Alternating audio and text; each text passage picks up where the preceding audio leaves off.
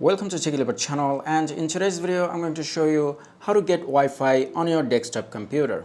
Now for that, all you need to do is get a USB adapter like this. This is from TP-Link and it has dual band, so you can use the 5 GHz band if your router supports it. And there are many like this in the market. I'll put some link in the description of this video so that you can find one that is suitable for you.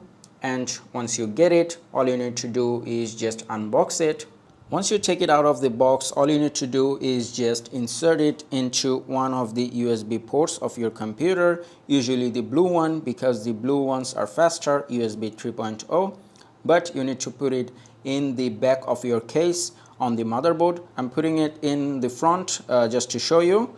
So all I need to do now is just put it in, and here you can see the light is blinking. And as you can see here, we have now Wi-Fi.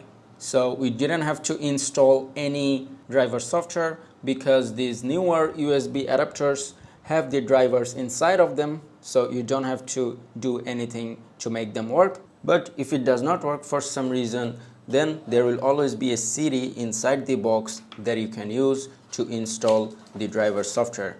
But if you do not have a CD drive or optical drive on your computer, then what you have to do is find another computer and download the driver software from the internet by searching the model number of that USB adapter.